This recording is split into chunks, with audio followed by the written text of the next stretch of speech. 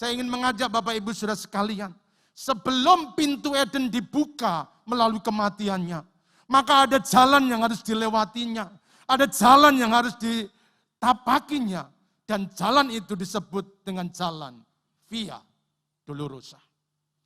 Inilah yang akan menjadi tema kita di ibadah yang kedua ini, yaitu Via Dolorosa. Bapak, Ibu, dan saudara-saudaraku yang dikasihi oleh Tuhan Yesus Kristus. Via Dolorosa adalah serapan dari bahasa Latin, berasal dari bahasa Latin yang berarti jalan penderitaan, jalan kesengsaraan. Saudara-saudaraku yang dikasihi oleh Tuhan, bahwa jalan inilah yang ditapaki oleh Tuhan Yesus. Jalan inilah yang dilewati oleh Tuhan Yesus, yaitu jalan kesengsaraan, jalan penderitaan. Mulai dari Taman Getsemani ketika dia ditangkap, dan sejak malam itu, maka dia akan mengalami sengsara yang sangat luar biasa. Dia dibawa kepada pengadilan agama, lalu dilemparkan kepada pengadilan negara pada waktu itu. Tidak bisa diputuskan, diserahkan kepada pengadilan umum. Dan orang-orang memilih supaya Yesus disalibkan. Dan untuk menuju ke Golgota, maka dia harus mengalami berbagai macam aniaya.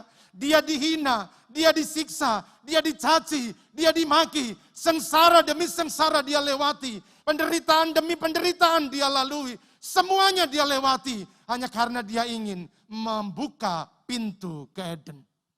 Saudara-saudaraku yang dikasihi oleh Tuhan Yesus Kristus. Mengapa kita sebagai anak-anak Tuhan perlu mempelajari Via Dolorosa? Bukankah Tuhan berjanji bahwa dia datang untuk memberikan hidup dan kelimpahan? Bukankah dia berjanji bahwa dia datang untuk memberikan berkat-berkatnya kepada anak-anaknya? Tapi kenapa kita harus belajar tentang Via Dolorosa? Di dalam firman Tuhan, dalam kitab 1 Petrus pasal yang kedua ayat yang ke-21, firman Allah berkata demikian. Sebab untuk itulah kamu dipanggil, karena Kristus pun telah menderita untuk kamu, dan telah meninggalkan teladan bagimu, supaya kamu mengikuti jejaknya. Ada berkat yang Tuhan sediakan di ujung jalan. Ada anugerah yang Tuhan sedang siapkan buat setiap anak Tuhan. Tetapi jalan untuk menerima berkat, jalan untuk mengalami anugerah, itu adalah jalan Via Dolorosa. Itu adalah jalan penderitaan. Saudara-saudaraku yang dikasihi oleh Tuhan, kita semua sadar bahwa tidak ada kenikmatan tanpa penderitaan. Tidak ada kesuksesan tanpa adanya sengsara. Tidak ada kesenangan tanpa adanya derita. Dan seringkali jalan menuju kebahagiaan itu adalah penderitaan. Semakin besar penderitaan yang kita alami, maka semakin besar sukacita yang terjadi. Semakin berat tekanan yang kita alami, maka semakin besar kemenangan yang akan kita alami. Oleh karena itu, saudaraku, penting buat setiap kita anak-anak Tuhan, untuk kita belajar tentang Via Dolorosa. Yesus telah menapaki jalan itu. Yesus telah melaluinya. Dan sekarang dia tinggalkan teladan. Dia tinggalkan jejaknya. Supaya kita, anak-anak Tuhan, pengikut Kristus yang sejati, maka kita harus menapaki tepat seperti yang Gembala sampaikan. Kita secara presisi mengikuti jejak-jejak yang Yesus tinggalkan. Dan jejak itu bukan kesenangan, jejak itu bukan ketawa, jejak itu bukan kegembiraan. Jejak yang dia tinggalkan adalah kesengsaraan. Jejak yang dia tinggalkan adalah penderitaan. Jejak yang dia tinggalkan adalah kesulitan. Apalagi hari-hari ini kita melihat bahwa kesulitan demi kesulitan terjadi di tengah-tengah bangsa kita, bahkan di seluruh dunia. Dengan adanya pandemi, maka kita semua merasakan adanya kesulitan. Bahkan hari-hari ini tantangan-tantangan seiring dengan pembukaan meterai-meterai. Gembala sudah sampaikan kepada kita semua bahwa kita sedang memasuki penggenapan meterai yang kelima. Akan ada kesulitan-kesulitan besar yang akan kita alami. Itulah sebabnya di hari peringatan hari kematian Yesus Kristus, saya ingin mengajak setiap Bapak Ibu Saudara sekalian untuk kita merenungkan diri sejenak. Kita hening di hadapan Tuhan dan mulai merenungkan bahwa perjalanan yang akan kita lalui bukan perjalanan yang mudah. Perjalanan yang kita akan lewati bukan perjalanan yang dihiasi dengan bunga warna-warni. Tetapi di sana ada penderitaan, di sana ada kesulitan, di sana mungkin ada aniaya, di sana mungkin ada tantangan-tantangan kehidupan. Masihkah kita akan bertahan ketika kita melewati jalan ini? Saudara-saudaraku yang dikasihi oleh Tuhan Yesus Kristus. Via Dolorosa tidak sekedar cerita masa lalu yang kita dengar di bangku-bangku sekolah minggu. Via Dolorosa bukan juga cerita Paskah. Via Dolorosa adalah petunjuk, tuntunan untuk anak-anak Tuhan melangkah. Oleh karena itu mari kita mempelajari bersama-sama. Jalan-jalan mana yang telah Yesus tapaki dan sekarang dia tinggalkan buat gerejanya. Supaya gerejanya juga melalui jalan yang sama. Supaya dia sampai di Eden kembali.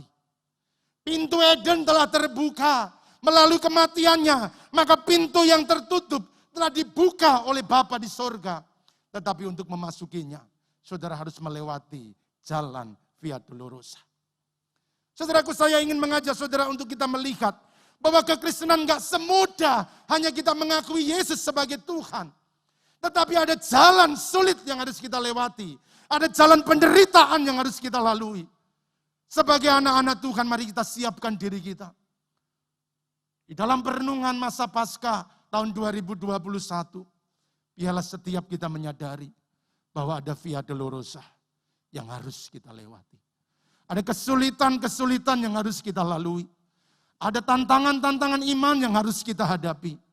Tetapi saya percaya, sebagai pengikut Kristus yang sejati, sebagai mempelai Kristus, kita akan dimampukan dan dikuatkan untuk melalui jalan Via Dolorosa.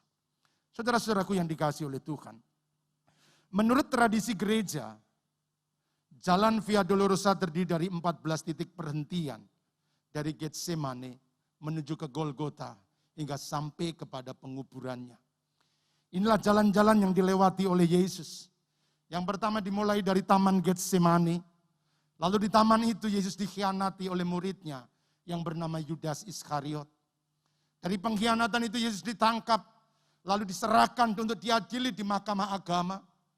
Dan di tengah-tengah pengadilannya, maka seorang muridnya yang dulu berkata, "Guru, semua boleh tergoncang imannya, tetapi aku tidak." Tapi kenyataannya, dialah murid yang pertama-tama menyangkali gurunya. Lalu dari situ, dari pengadilan mahkamah agama, maka dia diserahkan dalam pengadilan negara yang saat itu dipimpin oleh Pontius Pilatus. Dan ketika itulah, maka sengsara demi sengsara dia alami. Dia dicambuk dan dia dimahkotai duri. Lalu yang ketujuh, Yesus harus memikul salibnya menuju Golgota. Dalam keadaan fisik yang sudah melemah. Karena sepanjang malam yang sangat menyesakkan waktu itu. Maka di tengah-tengah perjalanannya menuju Golgota, Bukit Tengkorak. Maka ada seorang yang bernama Simon dari Kirene. Dipaksa untuk memikul salib Yesus. Dalam perjalanan yang melelahkan, Yesus berhenti sejenak. Dia bertemu dengan perempuan-perempuan yang datang dari Yerusalem. Orang-orang yang selama ini setia dengannya. Orang-orang yang selama ini memberikan support kepadanya. Dan puncaknya, dia naik ke Golgota dan disalibkan. Tetapi penderitaannya nggak hanya berhenti di situ. Dari disalibkan, maka dia diturunkan dari salib. Lalu dari atas gantungan tiang salib, dia menjanjikan kerajaannya kepada penyamun yang bertobat. Ini tadi pagi sudah disampaikan oleh Bapak Gembala. Dan pada kesempatan yang sama, dia juga berbicara kepada ibunya dan murid-muridnya, khususnya murid yang dikasihi. Dan jalan yang ke-13, ia menyerahkan nyawanya kepada Bapaknya, mati di atas kayu salib, lalu dia dikuburkan. Perjalanannya berhenti kepada kematiannya, tetapi kematian tidak pernah menghentikan rencana Tuhan. Nanti hari Minggu kita akan merayakan kebangkitannya, tanda sebuah kemenangan. tanda sebuah kebangkitan dari kematian. Dan itulah yang Tuhan berikan kepada gerejanya. Saudara-saudaraku yang dikasihi oleh Tuhan Yesus Kristus. Sebagaimana kita anak-anak Tuhan yang percaya kepadanya. Maka jalan-jalan yang telah dilewati oleh Yesus. Dari mulai Taman Getsemane sampai kepada kuburan. Itu jalan yang sama yang harus kita lalui. Untuk menjadikan kita sebagai anak-anak Tuhan yang sejati. Tentu tidak 14 jalan akan kita pelajari pagi hari ini. Dan saya akan memulai dari jalan yang pertama. Saya mengajak Bapak Ibu Saudara sekalian, mari kita tapaki jalan-jalan yang telah ditinggalkan oleh Yesus. Siang hari ini mari kita menyusuri kembali perjalanan panjang yang menyakitkan, yang melelahkan, yang penuh dengan penderitaan yang telah dilewati oleh Tuhan Yesus. Yang pertama, kita mengawali perjalanan pagi hari ini melalui Taman Getsemani.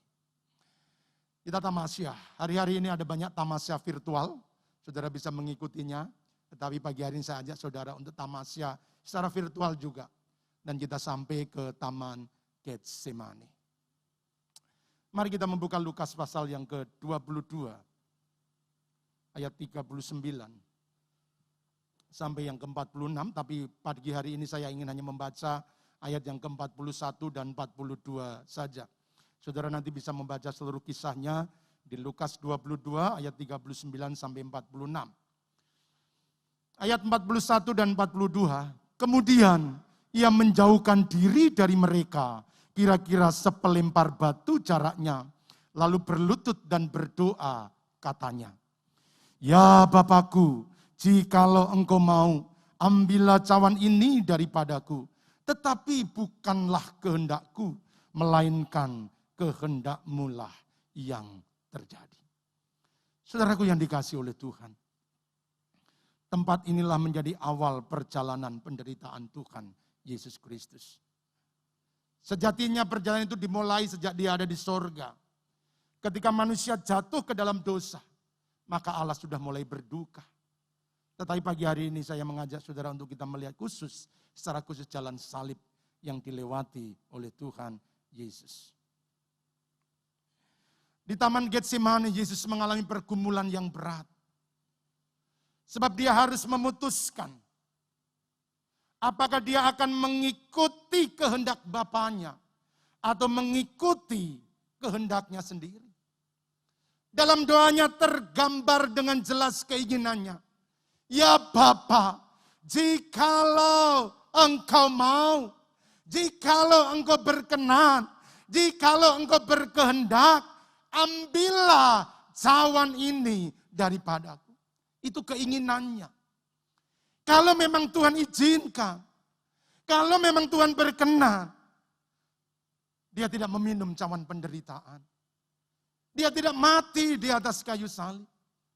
Tetapi akhirnya dia katakan, tetapi bukanlah kehendakku, melainkan kehendakmu lah yang terjadi. Saudara-saudaraku yang dikasihi oleh Tuhan. Getsemane adalah sebuah kebun pohon zaitun yang terletak di kaki bukit Zaitun. Yang berada di sebelah utara lembah Kidron. Nah, secara etimologi, bahwa kata zaitun itu terdiri dari dua kata Ibrani yang berarti gad, pemeras atau penggiling, dan semen artinya minyak. Jadi Getsemani itu berarti alat pemeras minyak. Ini kemungkinan menunjuk kepada alat pemerasan buah zaitun yang memang ada banyak di sekitar bukit Zaitun. Itulah sebabnya taman itu disebutkan sebagai Getsemani. Saudaraku yang dikasihi, seperti buah zaitun yang diletakkan di mesin penggiling. Ini salah satu contohnya, saudara bisa lihat di gambar itu. Ada yang digerakkan dengan tangan manusia, tetapi ada juga yang digerakkan dengan lembu atau sapi. Yang modern tentu saja tidak ada lagi penggilingan seperti ini, semua sudah memakai mesin. Tetapi inilah yang dulu ada di Taman Getsemani atau di Bukit Zaitun. Alat pemeras minyak zaitun. Biji-biji zaitun itu, buah-buah zaitun akan diletakkan di dalam alat pemeras. Lalu dengan batu yang besar juga, kemudian akan digiling, akan dilumatkan, akan diperas, supaya dari biji zaitun keluarlah minyaknya.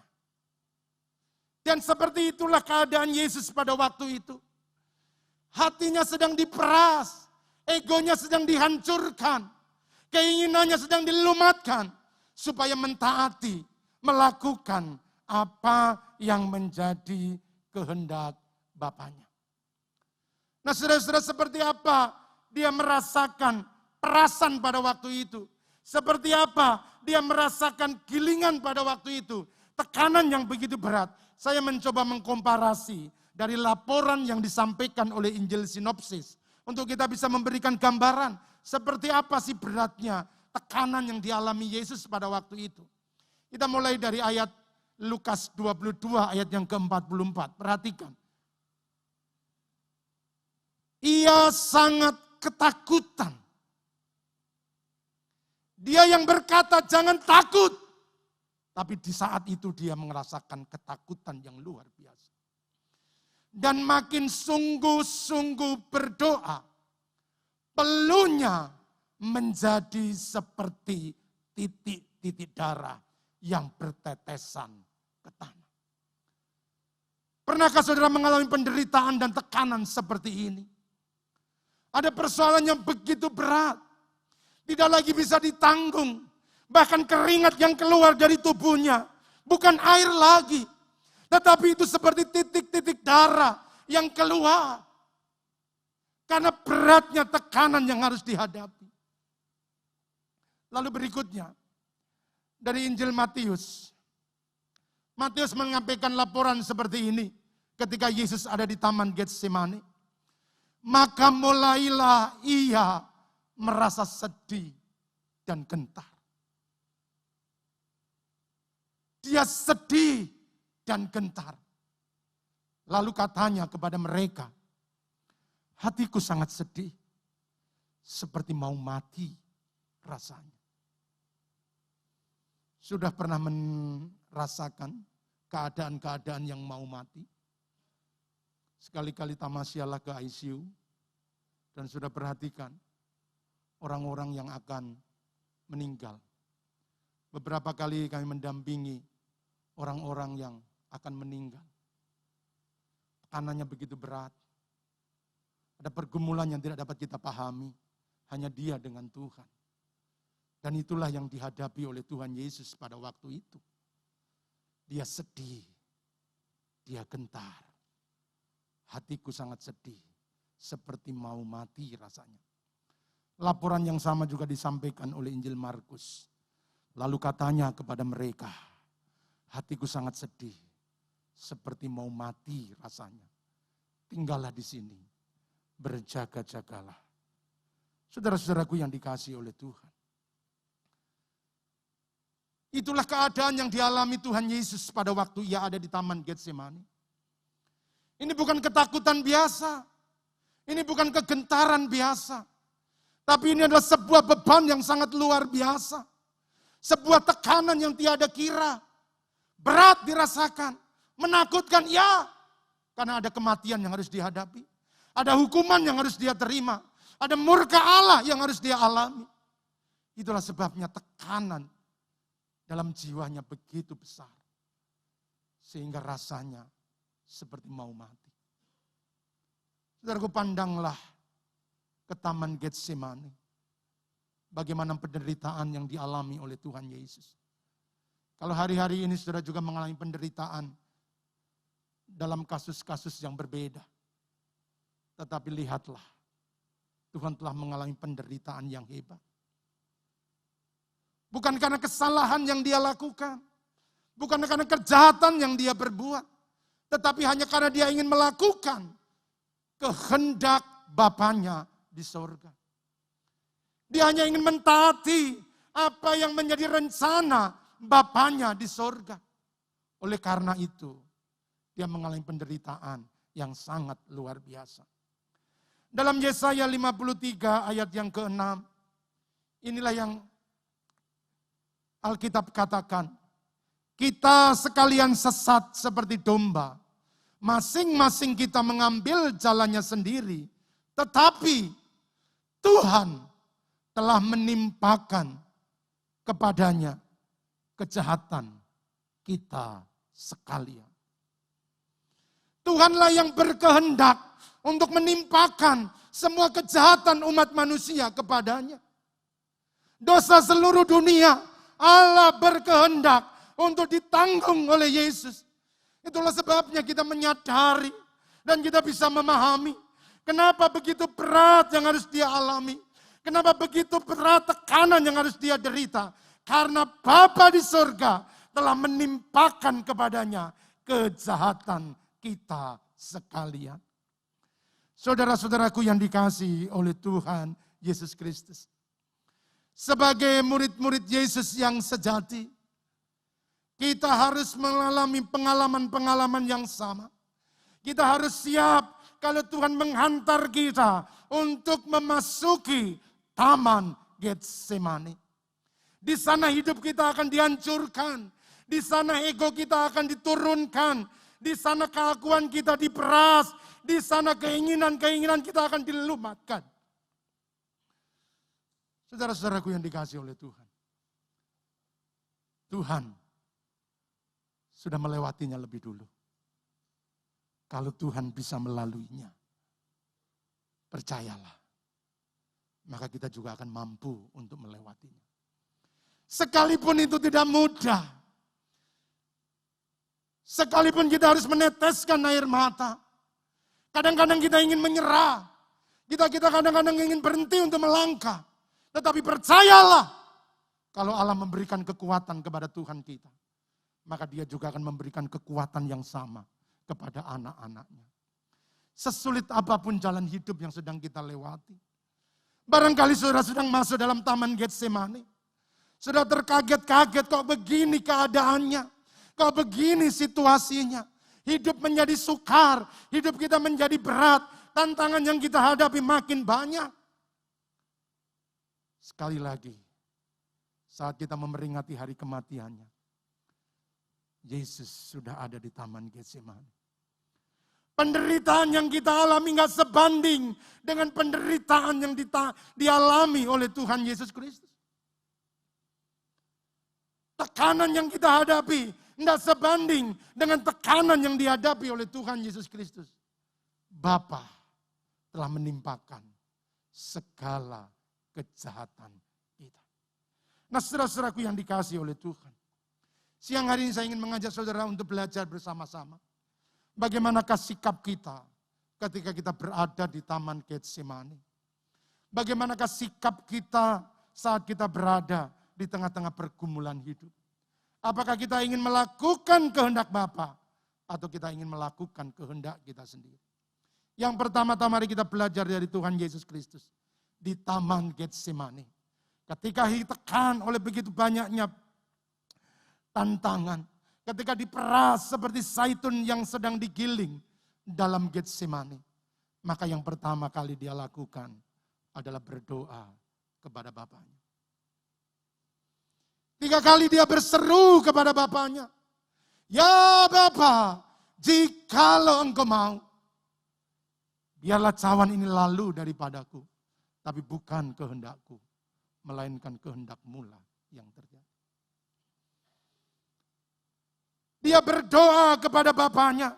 Dia berseru kepada Bapanya. Apa yang terjadi ketika dia berdoa? Maka Lukas 22 ayat yang ke-43. Firman Tuhan berkata demikian. Maka seorang malaikat dari langit menampakkan diri kepadanya untuk memberi kekuatan kepadanya. Ketika Yesus berseru kepada Bapanya, Bapanya tidak langsung turun tangan dan mulai memindahkan dia, mengeluarkan dari taman Getsemani, supaya dia tidak mengalami penderitaan, supaya dia tidak mengalami kesulitan, supaya dia tidak mengalami keadaan-keadaan yang berat pada waktu itu. Tetapi Bapa mengutus malaikat kepadanya untuk memberi kekuatan kepadanya. Saudara-saudaraku yang dikasihi Tuhan, doa mungkin tidak menghilangkan beban yang kita pikul. Tetapi doa memberikan kekuatan untuk kita dapat menanggung beban yang kita pikul. Sekali lagi, bahwa doa mungkin tidak menghilangkan beban yang kita pikul. Tetapi doa memberikan kekuatan agar kita mampu memikul beban. Oleh karena itu kalau engkau ada di Taman Getsemane, hidupmu terasa berat, tekanan ini melampaui batas kemampuan yang kita tanggung. Maka berdoalah kepada Allah. Bersyukurlah kalau Allah membuat mujizat, lalu melepaskan kita dari Taman Getsemane. Dia menyelesaikan persoalan kita. Dia menyelesaikan semua kesukaran yang kita alami. Kalau Tuhan tidak melakukan itu, percayalah, Dia akan memberikan kekuatan untuk kita sanggup menanggung beban yang harus kita pikul. Oleh karena itu jangan pernah berhenti berdoa. Jangan pernah berhenti berseru kepada Tuhan. Kalau Tuhan belum menyelesaikan persoalanmu, Tuhan belum menyembuhkan sakit penyakitmu, percayalah Tuhan memberikan kemampuan untuk engkau dapat menanggungnya. Rasul Paulus berkata, segala perkara dapat kutanggung di dalam Dia yang memberi kekuatan kepadaku. Dia tahu apa artinya pergumulan, sebab dia sudah pernah bergumul di Taman Getsemane. Dia tahu apa artinya sakit, dia tahu apa artinya beban, dia tahu apa artinya penderitaan, sebab dia telah mengalami di Taman Getsemane. Dan Tuhan tidak melepaskan semuanya itu. Tuhan mengirim malaikatnya memberi kekuatan. Oleh karena itu Tuhan sangat tahu semua yang kita hadapi. Dia datang untuk memberikan kekuatan kepada kita. Saudara-saudara, orang bilang doa itu seperti payung. Bisa kembali kepada slide sebelumnya. Payung yang kita pakai memang tidak pernah bisa menghentikan hujan. Tetapi dengan payung, kita dapat melewati hujan tanpa kebasahan. Dan itulah doa-doa yang kita naikkan. Oleh sebab itu bertekunlah di dalam doa. Percayalah bahwa doa-doa yang kita naikkan kepada Tuhan selalu mengalirkan kekuatannya agar kita mampu untuk menanggungnya. Dalam kitab Ibrani pasal yang ke-5 ayat yang ke-7, firman Allah mencatat demikian. Dan dalam hidupnya sebagai manusia, Ia telah mempersembahkan doa dan permohonan dengan ratap tangis dan keluhan kepada Dia yang sanggup menyelamatkan dari maut. Dan karena kesalehannya, Ia telah didengarkan. Saudara-saudaraku yang dikasihi oleh Tuhan. Tuhan Yesus tahu bahwa Dia harus berdoa kepada Bapanya. Dia mempersembahkan doanya dengan permohonan, dengan ratap tangis, dengan keluhan kepada Dia. Dan akhirnya Tuhan mendengarkan doanya. Kadang-kadang kita mengalami pergumulan hidup yang sangat berat. Bahkan untuk mengungkapkannya pun rasanya sulit. Ada seorang anak Tuhan yang pernah sharing kepada kami dan menceritakan persoalan yang dihadapi. Persoalannya begitu berat. 1-2 kata dia sampaikan. Lalu air matanya berderai. Dia melanjutkan ceritanya. Dan air matanya tak terbendung lagi. Bebannya memang begitu berat. Kami sebagai hamba Tuhan sangat menyadari. Tidak ada kata-kata yang bisa saya berikan. Saya hanya mendengarkan. Mendengarkan. Dan hanya mendengarkan. Sulit untuk mengatakan. Rasanya tidak ada kalimat yang bisa kami berikan supaya dia kuat. Karena bebannya memang begitu berat. Kadang-kadang Tuhan menghantar kita mengalami keadaan-keadaan yang demikian. Bahkan kita tidak lagi mampu untuk berkata-kata. Untuk berbicara kepada Tuhan pun kita nggak bisa. Setiap kali kita datang berlutut kepada Tuhan, kita hanya mengalirkan air mata. Kita hanya menangis di kakinya. Nggak ada lagi ungkapan, mau apa Tuhan? Nggak ada yang bisa aku ucapkan. Tapi siang hari ini saya mengajak saudara. Jika tidak ada lagi kata-kata yang bisa kita ucapkan, biarlah air mata kita yang berkata. Karena air mata saudara adalah doa. Ketika mulut saudara tak lagi mampu berkata-kata. Berlututlah di bawah kaki Tuhan. Sampaikan doamu dengan air matamu. Saya percaya Tuhan tidak hanya mendengar kata-kata kita, tapi juga Dia melihat setiap tetesan air mata. Di dalam kitab Samuel kita mengenal seorang wanita yang bernama Hana. Sepanjang tahun hatinya pedih karena disakiti oleh gundik dari suaminya yang bernama Penina. Ketika ada di rumah Tuhan, maka tidak ada lagi kata-kata yang bisa ungkapkan. Dia hanya menangis terseduh-seduh. Tetapi Tuhan melihat air matanya. 1 tahun kemudian, Tuhan membuka kandungannya dan memberikan anak kepadanya. Saudaraku, jangan menyerah. Jangan menyerah. Tuhan mengerti pergumulan yang engkau hadapi. Meski hanya tetesan air mata dalam doamu. Tapi Tuhan mengetahui. Tuhan tahu persis apa yang engkau alami. Tetaplah berdoa. Segeralah berdoa. Dan mulailah berdoa. Di dalam doa, Tuhan memberi kekuatan bagi orang-orang yang percaya. Yang kedua, kita belajar dari Taman Getsemani. Apa yang kita lakukan ketika kita ada di Taman Getsemani? Berserahlah kepada kehendak Allah. Lukas 22 ayat yang ke-42. Ya Bapakku, jikalau engkau mau, ambillah cawan ini daripadaku. Tetapi bukan kehendakku, melainkan kehendakmu lah yang terjadi. Meski keinginannya ingin dilepaskan dari cawan penderitaan. Kemauannya ada dibebaskan dari cawan murka Allah.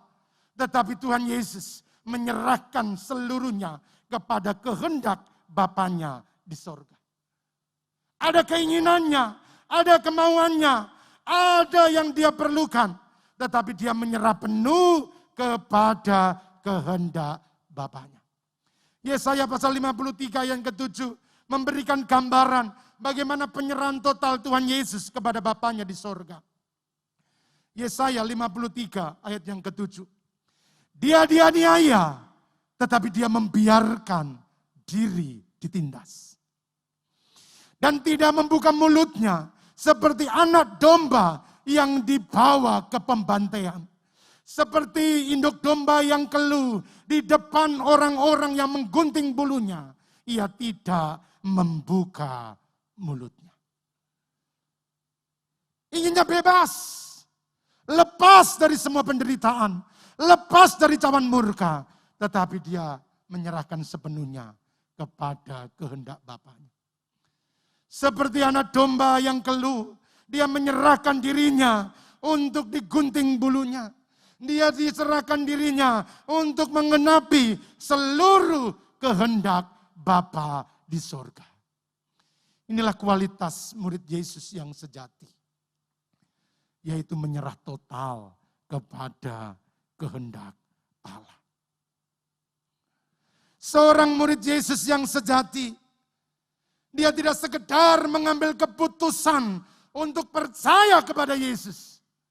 Tetapi dia berkomitmen secara total untuk mengikuti kehendak Bapa di sorga. Saudara-saudaraku yang dikasihi oleh Tuhan. Jadilah murid-murid Yesus yang sejati. Yang bukan sekedar berjanji. Tetapi kita berkomitmen terhadap janji setia kita kepada Tuhan. Kehadiran Yesus ke dalam dunia ini dia tahu. Memang dia diutus Bapaknya untuk menebus dosa manusia. Di Taman Eden, dia ingin menghindarinya. Tetapi dia menyerah penuh kepada kehendak Bapaknya. Kalau memang aku harus naik ke atas kayu salib, biarlah kehendakmu yang terjadi, bukan kehendakku. Saudara-saudaraku yang dikasihi oleh Tuhan, Taman Getsemane adalah sebuah ujian. Batu pemeras, batu gilingan untuk membuktikan siapa sesungguhnya kita. Apakah kita menjadi anak-anak Tuhan yang punya kualitas? Ataukah kita anak-anak Tuhan yang hanya ikut rame, yang hanya mencari kesenangan, yang hanya mencari berkat, yang mencari kenikmatan semata? Dan semuanya itu akan terbukti ketika kita dibawa Tuhan masuk ke dalam Taman Getsemane. Di Getsemane akan ketahuan mana murid-murid yang setia, mana murid-murid yang terus dekat dengannya, dan mana mereka yang lari meninggalkannya. Di Taman Getsemane ternyata tak ada satu murid yang menyertainya. Di Taman Getsemane ada seorang murid yang telah menjualnya, yang selama ini kelihatannya mengikutinya, tetapi ada maksud-maksud tersembunyi di dalamnya. Dan di Taman Getsemane telah membuka semuanya. Saudara-saudara, kadang-kadang cobaan yang kita alami, tekanan-tekanan yang kita hadapi, kesukaran-kesukaran yang terjadi dalam hidup kita, semua itu hanya seperti alat pemeras. Itu Getsemane untuk menunjukkan kualitas pengiringan kita kepada Tuhan. Apakah kita menjadi anak-anak Tuhan yang sejati, yang tetap setia, yang tetap tekun kepada Yesus? Tidak sekedar slogan, sekali Yesus, tetap Yesus. Tetapi slogan itu akan dibuktikan ketika hidup kita mulai diperas, hidup kita mulai digiling, layaknya buah zaitun yang dihancurkan, yang dilumatkan di alat penggilingan. Sekali Yesus, tetap Yesus. Nggak peduli apa yang akan terjadi, bahkan aniaya sekalipun, bom meledak sekalipun, tetap pertahankan iman. Sekali Yesus, tetap Yesus. Amin. Saudara-saudaraku yang dikasihi oleh Tuhan Yesus Kristus, kita belajar dari Tuhan Yesus bagaimana komitmennya kepada Bapa dalam mentaati, melakukan, mentuntaskan apa yang menjadi tugas Bapaknya.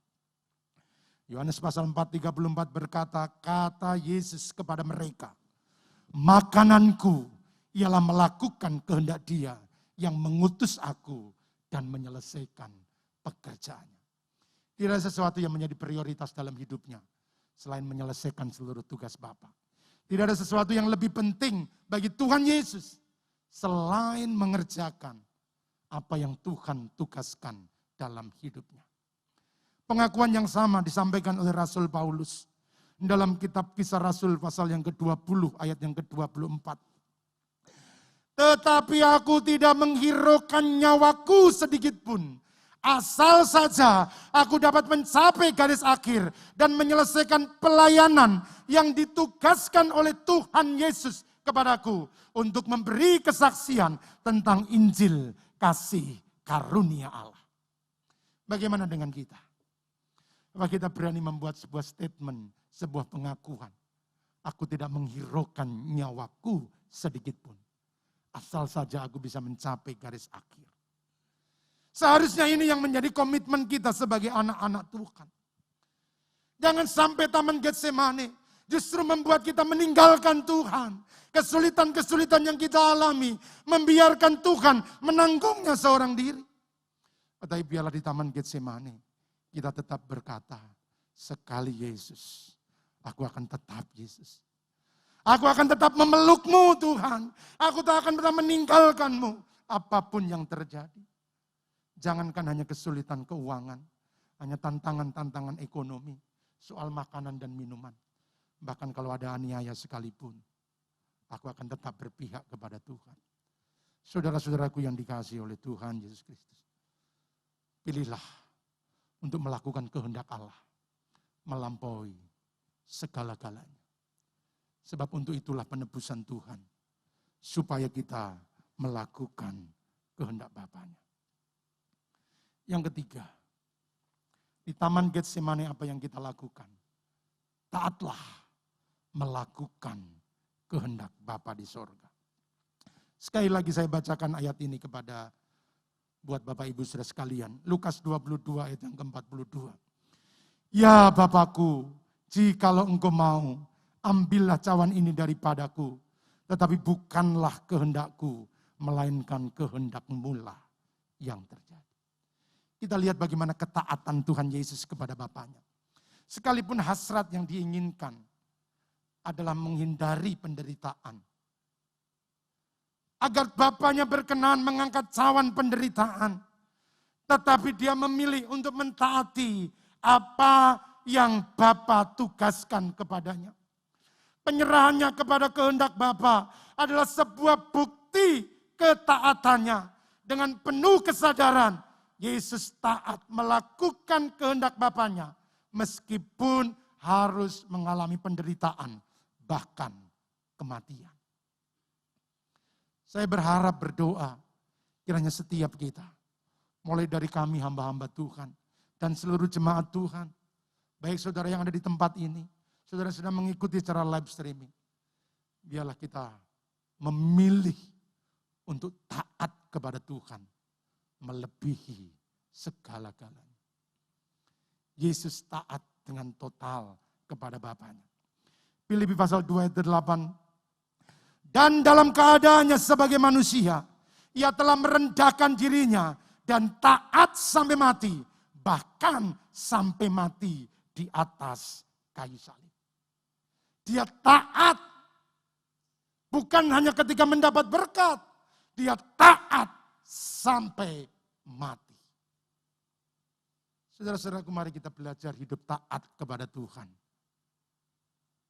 Taat melakukan segala perintah Tuhan. Taat untuk melakukan kebenaran Tuhan. Dalam seluruh aspek kehidupan kita, kita taat melakukan kehendak-Nya. Ibrani pasal yang kelima, 8 ayat yang sama. Saya sampaikan kepada saudara untuk kita menunjukkan bagaimana totalitas Tuhan kita untuk mentaati kehendak Bapanya. Dan sekalipun ia adalah anak, ia telah belajar menjadi taat dari apa yang harus dideritanya. Kalau menyenangkan taat gampang. Kalau sukacita taat gampang. Tapi kita belajar dari Tuhan Yesus. Justru dia taat ketika dia harus menderita. Dia taat ketika dia harus meminum cawan murka. Saudaraku yang dikasihi oleh Tuhan, sekali lagi, bahwa Tuhan sedang mencari gereja yang memiliki ketaatan penuh kepada kehendak Bapanya. Jadilah pengikut Kristus yang sejati, yang memiliki ketaatan total kepada firman Allah. Saudaraku, kita bisa taat tanpa beriman. Tetapi kita tidak mungkin beriman tanpa ketaatan. Sekali lagi, kita bisa taat tanpa beriman. Tetapi kita tidak bisa beriman tanpa ketaatan. Banyak orang taat karena punya motivasi tertentu. Tetapi orang-orang yang beriman itu pasti hidup dalam ketaatan. Karena iman tanpa perbuatan itu mati. Kalau engkau percaya tetapi tidak melakukan kehendaknya, maka percaya kita bohong. Percaya kita kosong. Percaya kita tidak ada gunanya.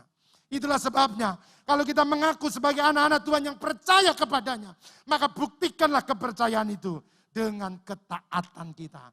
Karena ketaatan kita itu adalah tanda kasih kita kepada Tuhan. Yohanes 14 ayat yang ke-23.